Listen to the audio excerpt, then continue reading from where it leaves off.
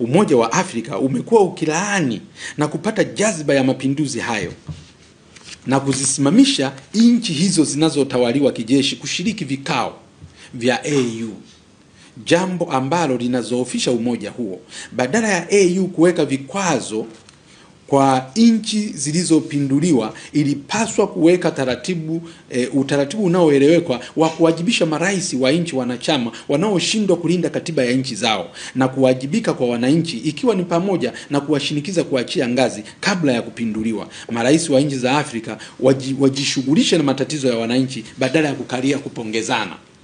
Kwa hiyo tuna shida kidogo katika bara la Afrika ambapo viongozi katika bara la Afrika wenyewe kazi kubwa ni kupongezana. Fulani ameshinda, utaona pongezi pale pale. Lakini kama fulani anavunja sheria, anavunja katiba ya nchi, amepinduliwa, nchi za Afrika ni za kwanza kulaani kwamba amepinduliwa. Lakini wakati yeye anafanya maovu ya kuvunja katiba ya nchi katika nchi husika, hakuna mtu anajali. Hata sasa hivi watu wameuawa idadi isiyojulikana. Hakuna mtu anayejali wala kuchukua hatua katika mabara yetu ya Afrika, na badala yake wanachukua watu wa nchi zingine kuja kutusaidia sisi Afrika. Ndugu waandishi wa habari, kusipofanyika mabadiliko, marais wa Afrika wataendelea kupinduliwa kila uchao.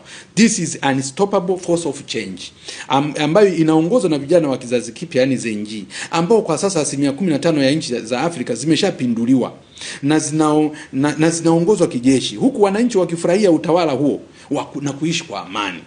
Mfano huko nchini Burkina Faso kwa Captain Ibrahim Traore, naona wananchi wa nchi ya Burkina Faso wanakula maisha safi kabisa kuliko hata utawala wa kisiasa